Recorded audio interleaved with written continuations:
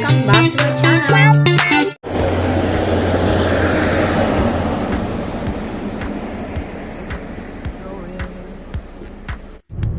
Early take off, madilim pa. Alis na kami sa hotel.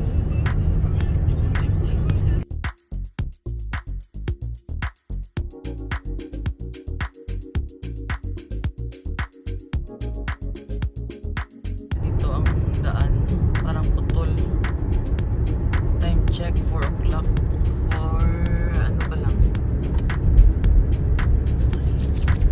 5:08 AM pala. Pero wala pa rin araw. Dilim pa yung daan, no?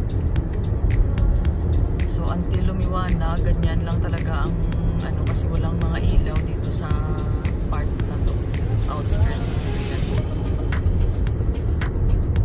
Stay tuned mga guys.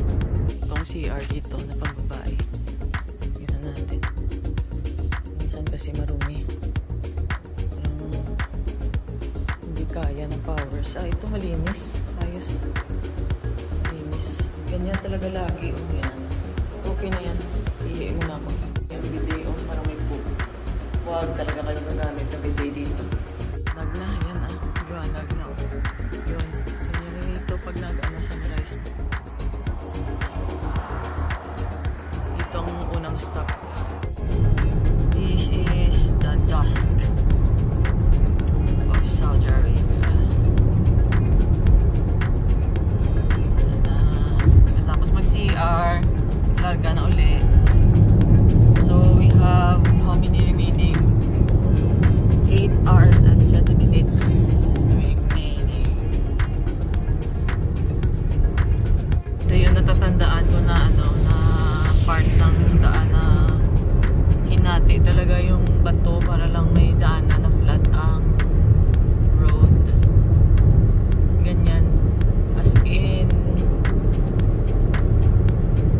tinatapyasan nila yung ano, mountain or hills na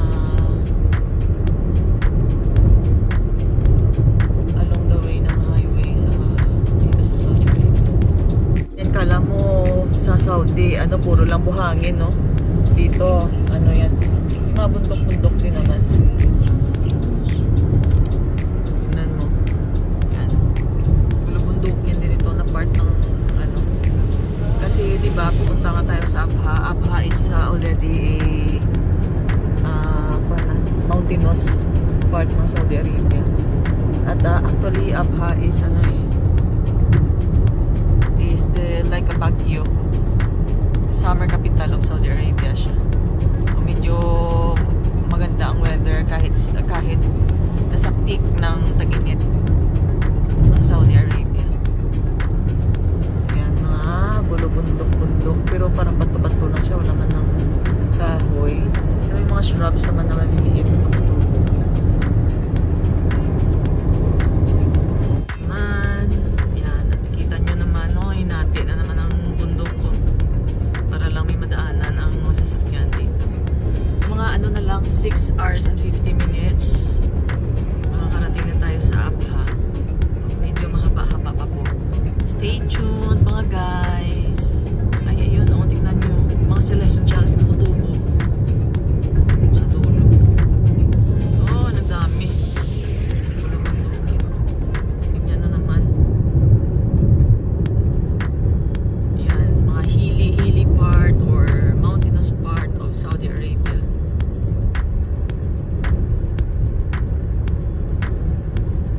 Yan. Yan na. Bali, ito yun yung way. Yun ang ano previous. Yan na sa mapa. Kita ba? Yan, parang may isang liko.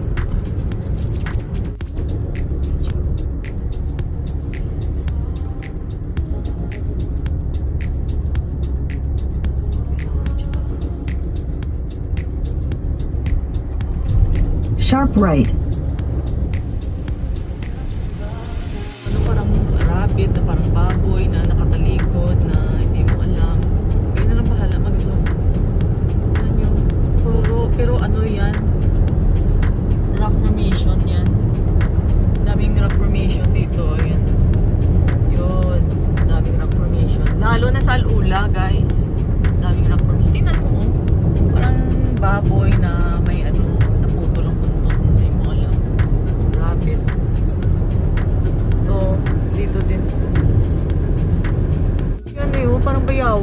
nakadapa sa bato. O dito nag-iba na yung itsura niya, pero doon talaga yung anggulo. Pag naangguluhan mo siya ng sakto talaga, para siyang bayawak. Yun naman, ano sa tingin nyo, ano yan? Parang ano, parang bus lift or nose lift. Ano ba yan? Ang dami kong nakikita ngayon. Baka ano lang ito, stress lang sa biyahe. Yan na, oh, tingnan yung mga rock formation na parang lumabas lang sila ng ganyan, smooth ang surfaces nila. Para lang silang bigla na lang nag-bulge ng ganyan dyan.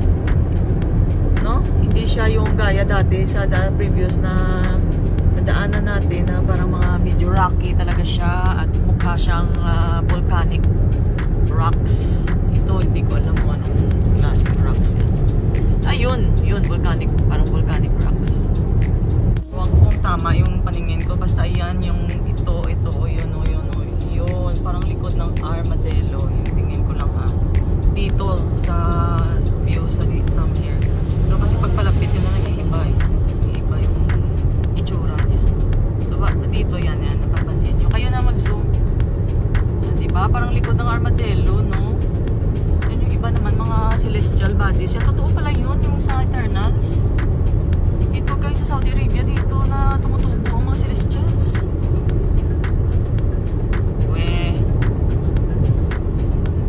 Yan, keep on watching guys.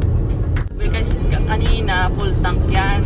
Mga 5 hours na lang at para makarating tayo sa destination natin. But kulang pa yan yung gasolina. So until now, wala pa kaming nadadaanan na gasolinahan. So ito yung problema dito. Kailangan talaga sigurado kayong full tank yung sasakyan nyo para hindi kayo maalangan sa daan, maubusan, ma-drain ang ano nyo, gas nyo. So anytime pag mayroon kaming madaanan na gasolinahan, magpapatop up kami, full tank again. Medyo malapit. Parang kala mo, ano siya no? Alien something. Iba siya kaysa sa ibang bato doon. Yan yun. Grabe. Parang siyang lobster or parang sea creature na hindi mo ano. Pero kakaiba yung itsura niya compare sa ibang bato doon. Yan. Diba? Smooth yung surfaces niya eh. Tapos parang iba ang kulay niya.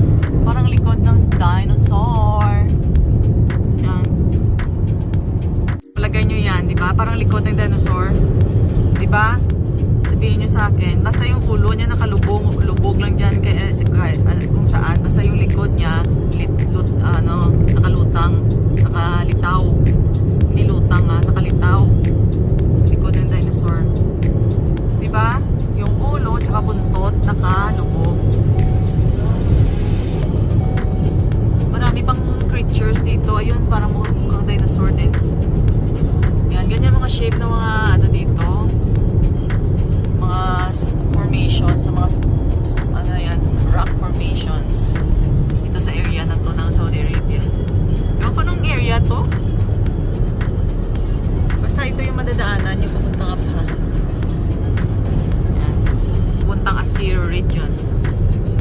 Dito guys, ang mas marami.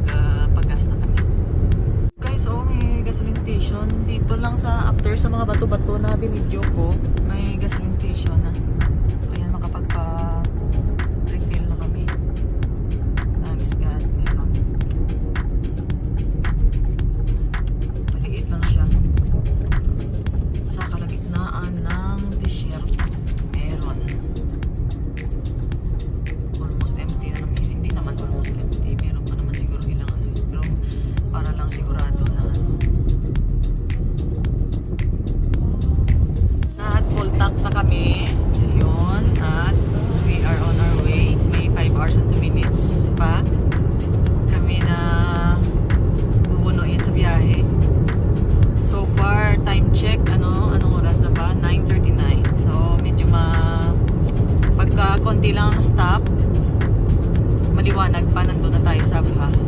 Pero pag madalas ang pag-stop, so ayun, ngayon kasi alas 5, madilim na eh. So just keep on watching guys. 3 hours and 30 minutes na lang.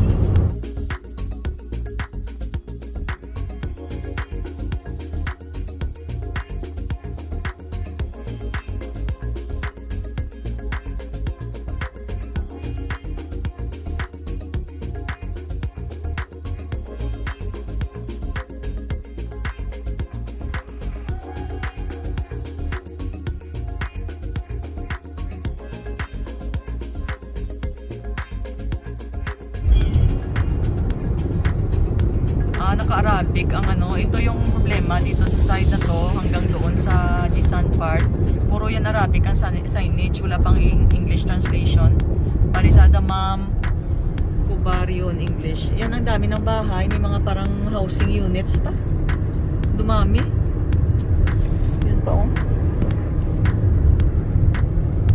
Ang maraming families ang ililipat dito. Siguro sa looban, siguro may ano din doon. Syudad. Piniserve nila ang bundok na yan. Yan, mas malapit yun. Well maintain ang mga daan dito. 2 hours na lang! Cottage. Yan. Parang park na pwedeng anuhan. Piknikan.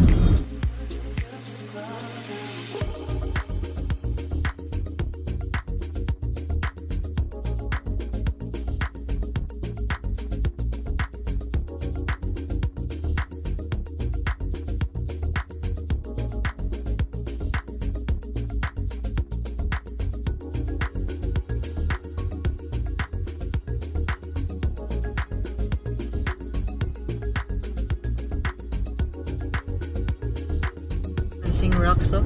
Balancing rocks. Yan, mga ano yan, natural lang yan. Natural occurrence lang yan dyan sa mga rocks. Up to you kung anong imagination mo, kung anong shape yan. Anong klaseng image yan para sa paningin. Yan. 2 hours and 44 minutes na. We're arriving Abha. Dito, oh, parang may ano lang dyan, payong para dyan na sila mag-picnic. Yan, kasi wala namang beaches dito. Kaya dyan sila nag-picnic, overnight, camping, bonfire.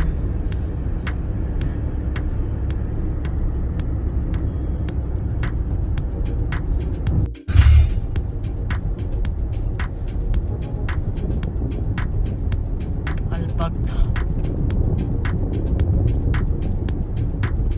May bridge naman, pero wala namang tubig doon. Pero pag umaulan guys, talagang dumadami ang tubig dyan. Kasi may ano na ngayon eh, may tag-ulan na talaga ang Saudi. Dati, ang alam ko, wala daw talagang ulan dito. Pero ngayon, meron na talaga in a year, hindi talaga na zero ang ulan. So, mga 1 hour and 52 minutes na lang, arrive in Abha. Tingnan mo naman, tinabasa nila yung bundok, oh.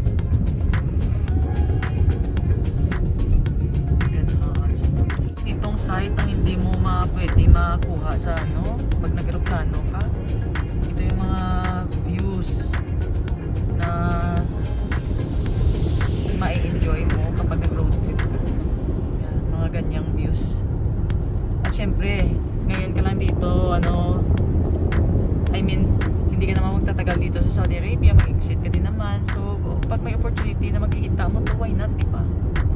Sarap kaya sa mata yan. Yan, mga natural na ano talaga yan. Rock, ano yan? Rock.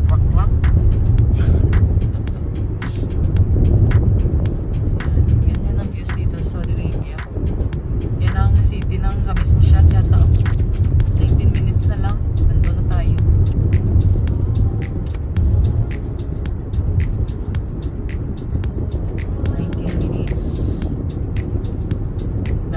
Sa Labhas Batchoy. Na may mga bahay-bahay na. So, ibig sabihin na approaching na tayo sa syudad. May dami ng bahay.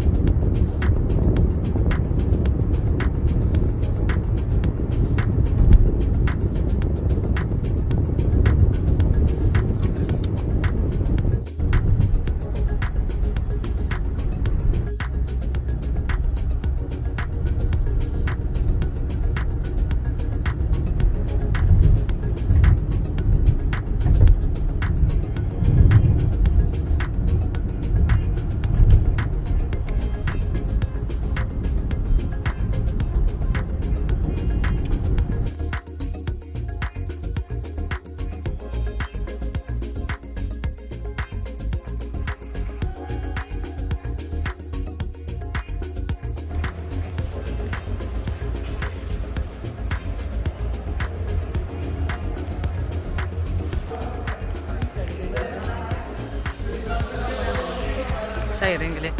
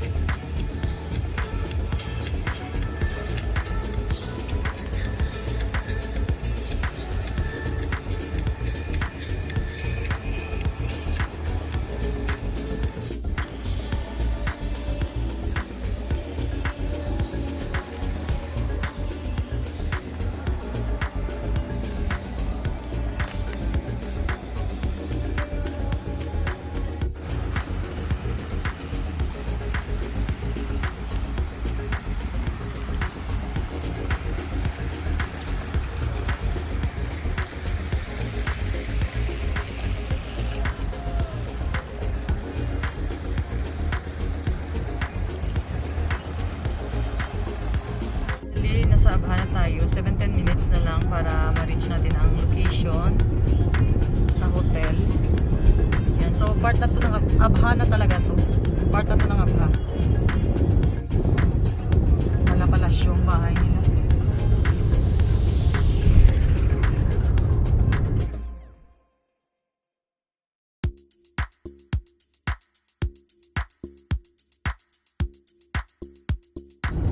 Madadaanan natin ang Al Rashid Mall Abha.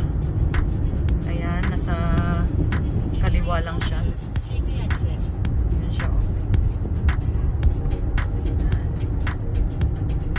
Al Rashid Mall Abha. May vlog ako dyan. Kung gusto nyo panoodin, tingnan nyo na lang sa mga videos ko. So, 8 minutes, arrive na tayo sa ating destination.